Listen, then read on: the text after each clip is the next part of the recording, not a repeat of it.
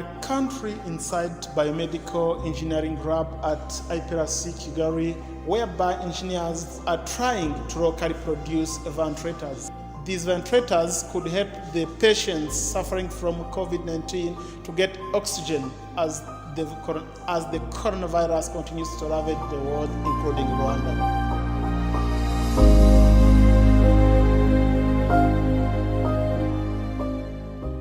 Thank you so much. My name is Joseph. I'm a lecturer in this IPRC Kigali, especially in the Department of Electrical Engineering. And then also there is a program which is called Biomedical Equipment Technology, means I'm a teaching staff in that program.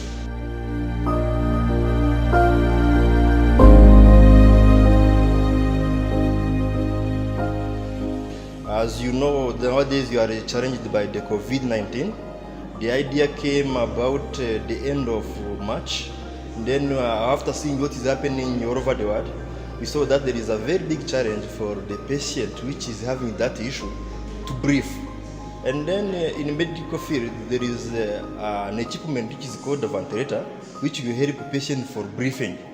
And then as an engineer, actually I'm good in programming. And then I sat and then I said, how am I going to make an equipment which can help someone to breathe? There is no an idea like that what came out. Now we are on the day number 8. We started in last week, Sunday. And then last week, Sunday, I was collecting materials, means targeting to develop an equipment. Then Monday morning, we started. Then we used to do something like 18 hours per day. And then yesterday itself, we came out with the final equipment. We called some professors from universities in the health field to come and verify the equipment. Now we have equipment which can work even for, which can help patient to breathe. Means it is an equipment which is working like normal ventilators. Thank you very much. I'm Professor Stephen Durisa from University of Rwanda. I'm a researcher and a clinician taking care of patients at the University Teaching Hospital of Kigali. Part of me that got involved here is, of course, as a part of Rwandan community, we always want to see what we can contribute.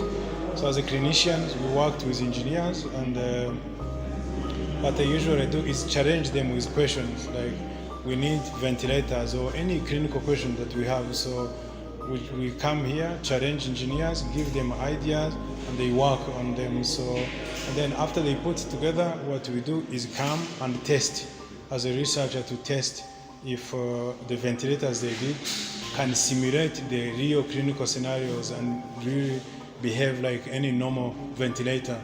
So we've been working for a week, and now I think they have a very good product comparable to any other ventilator that we have in our hospitals. So what we did today was bring in mannequins, simulate the patient's lungs, and calculate if it can really deliver a normal or standard oxygen therapy that is needed to a patient who cannot breathe by themselves. And we wanted to see if it can really simulate it spontaneously, simulating normal breathing.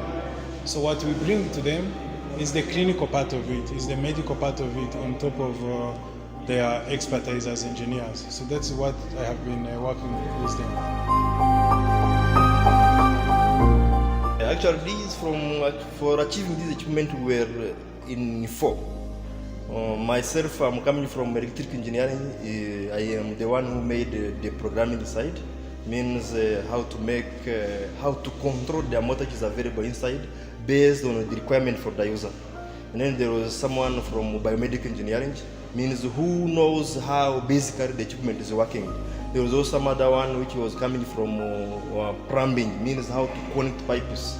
Then there was also someone which was coming from machine tools to make the structure. This ventilator you see that is perfectly working, they have done it in 8 days.